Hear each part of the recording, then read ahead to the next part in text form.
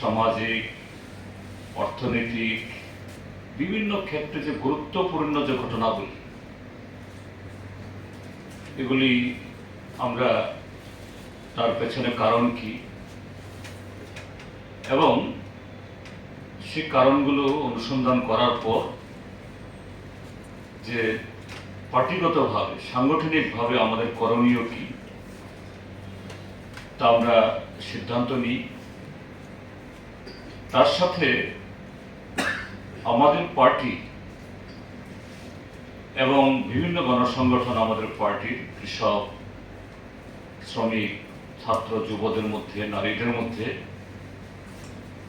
তারা যে সমস্ত লড়াই, সংগ্রাম, আন্দোলন, কর্মসূচি গ্রহণ করেন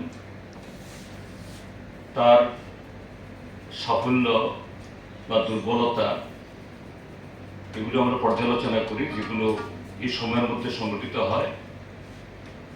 তার সাথে এই সময়ের প্রেক্ষিতে যে ভূমিকা গ্রহণ করা দরকার সেরকম কর্মসূচি সেখানে ঘোষণা হয়। তো আজকেও আমাদের এই বিগত 56 দিনের ঘটনাগুলি আমরা পর্যালোচনা করেছি। এই সময়তে খুবই উল্লেখযোগ্য ঘটনাবলীর মধ্যে এটা আলোচিত হয়েছে, এটা হলো কদমতলা, অর্থাৎ উত্তর ত্রিপুরা ধর্মনগর মহকুমার কদমতলার যে ঘটনা, সাম্প্রতিক বিভাজনের জন্য যে চেষ্টা এখনো অব্যাহত রয়েছে এবং এই কদমতলার পর এই গত 15ই অক্টোবর আবার উত্তর ত্রিপুরা জেলার এই পানিসাগর মহকুমার পেকুছড়াতে একই ধরনের চক্রান্ত।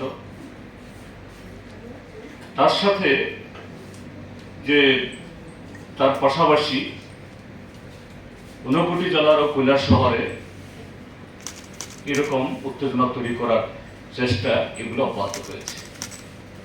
আমরা এই ঘটনাগুলো পর্যালোচনা করতে গিয়ে যেটা দেখেছি, প্রথমত তার যে বিষয়গত অবস্থান, সাবজেক্টিভ যে কন্ডিশন, কেন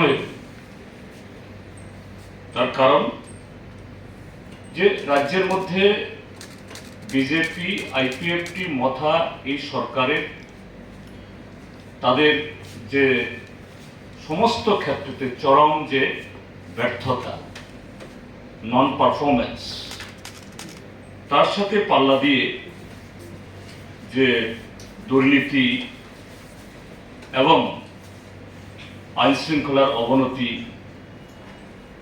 সমস্ত কিছুতে গোটা ত্রিপুরাজ্যের মধ্যে মানুষের মধ্যে একটা অনিশ্চয়তা এবং হতাশা বিরাজ করছে।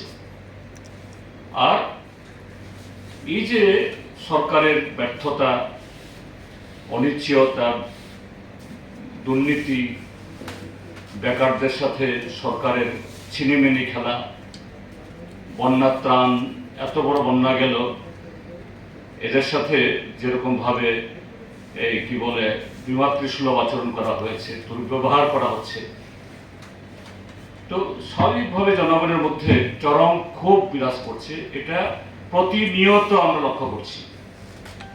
গতকালও মুখ্যমন্ত্রী কনভয় আটকে দিয়েছে মহিলারা পানীয় জলের দাবিতে বিভিন্ন জায়গাতে, শুধু সেখানে হয়েছে তা নয়। তো এটাকে ডাইভার্ট করার জন্য, আড়াল করার জন্য, যাতে মানুষ সরকারের এই ব্যর্থতাতে মুখ না খুলে, রাস্তায় না নামে, তাদের যে এই লুট,